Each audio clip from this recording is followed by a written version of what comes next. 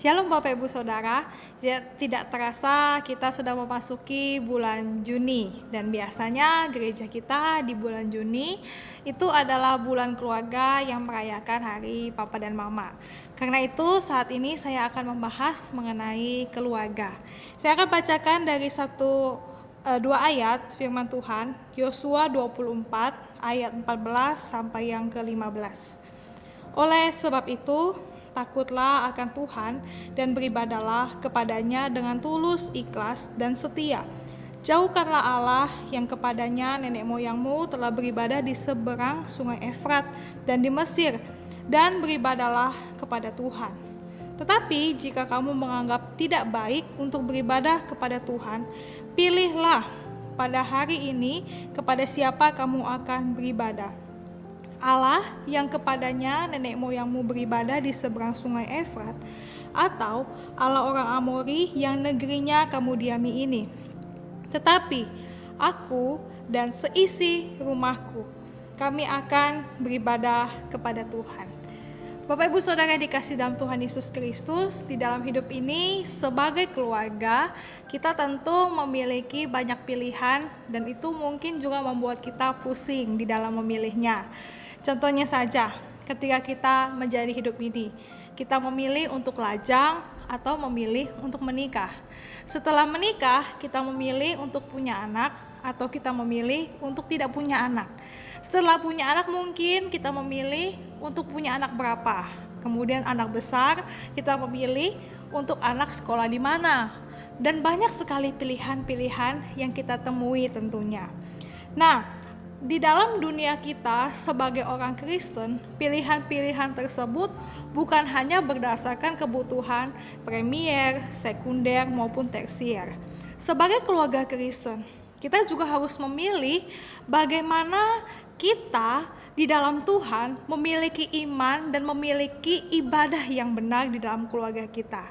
Bapak Ibu Saudara, karena itu pilihan-pilihan yang kita pilih sebagai keluarga haruslah berdasarkan kebenaran firman Tuhan, bukan hanya berdasarkan rasio kita. Seperti hal ini diungkapkan oleh Yosua. Ketika Yosua bersama dengan bangsa Israel melihat segala kondisi yang ada, mereka sudah berjalan dari Mesir di padang gurun, bertemu dengan orang Amori, bertemu dengan orang Het, bertemu dengan orang Enak, bertemu dengan orang dari negeri Basan dan lain sebagainya. Dan mereka melihat ada begitu banyak Allah, baik di Mesir maupun di tengah perjalanan. Bahkan sampai ke tanah Kanaan, mereka juga menemukan banyak Allah.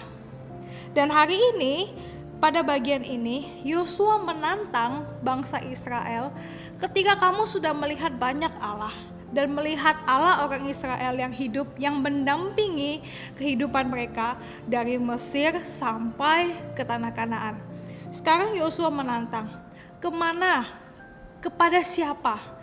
Mana Allah yang akan kamu beribadah dan mana Allah yang akan kamu sembah? Kalau seandainya kamu menganggap bahwa dewa Efrat yang di seberang sungai Efrat, atau dewa yang ada di dalam tanah Kanaan, atau bahkan dewa yang ada di Mesir itu lebih baik, maka silakan beribadah kepada dia. Tetapi kalau kamu bangsa Israel melihat bahwa Allah kita ini Allah yang hidup, yang tidak ada tandingannya, yang memimpin kita untuk masuk ke tanah Kanaan, maka beribadahlah kepada Tuhan. Dan Yosua dengan seisi rumahnya beribadah kepada Tuhan. Karena itu Bapak Ibu Saudara, saya ingin kita menggumulkan bersama-sama di tengah keluarga, di tengah kekristenan, keluarga Kristen yang ada, keluarga GKNI Peniel.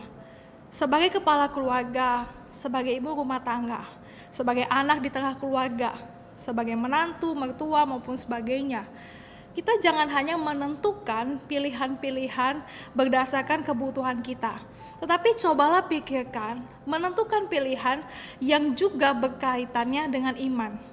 Karena iman tidak bisa ditoleransi Bapak Ibu Saudara dalam keluarga. Iman kekristenan di tengah keluarga Kristen itu harus terus dibakar. Karena itu di tengah keluarga, biarlah di tengah pandemi sebagai kepala keluarga, putuskanlah untuk tetap beribadah. meskipun secara online. Putuskanlah bagaimana sebagai ayah mendidik anak untuk dapat tetap ikut ibadah online maupun juga ketika selesai ibadah itu melakukan firman Tuhan. Sebagai ibu rumah tangga mungkin putuskanlah memilih kata-kata yang tepat di mana tidak menyakiti anak maupun suami maupun juga orang-orang di rumah. Putuskanlah bagaimana iman itu juga dapat ditularkan lewat anak-anak. Sebagai anak, putuskanlah bagaimana kita harus tetap menjadi teladan meskipun di dalam usia yang muda, meskipun di dalam keterbatasan kita di dalam usia. Tetapi biarlah kita tetap jadi teladan seperti Timotius. Dan juga dalam situasi itu semua, kita boleh tetap beribadah kepada Tuhan. Dan iman kita tetap setia kepada Allah yang setia. Karena kita sudah lihat berbagai macam perbuatan yang ajaib di dalam hidup kita. Karena itu, apapun yang terjadi, kondisi apapun, pandemi ini selesai cepat ataupun tidak selesai cepat, ada mungkin yang namanya new normal, ada mungkin yang namanya kita harus kembali kepada aktivitas kita atau normal sebelum pandemi. Itu semua kita tidak tahu apa yang terjadi. Tetapi biarlah di dalam kondisi apapun, kita dan seisi rumah kita akan tetap beribadah kepada Tuhan, bahkan jadi terang dan garam bagi orang-orang sekeliling kita. Karena ada Tuhan yang terlebih dahulu setia buat setiap kita.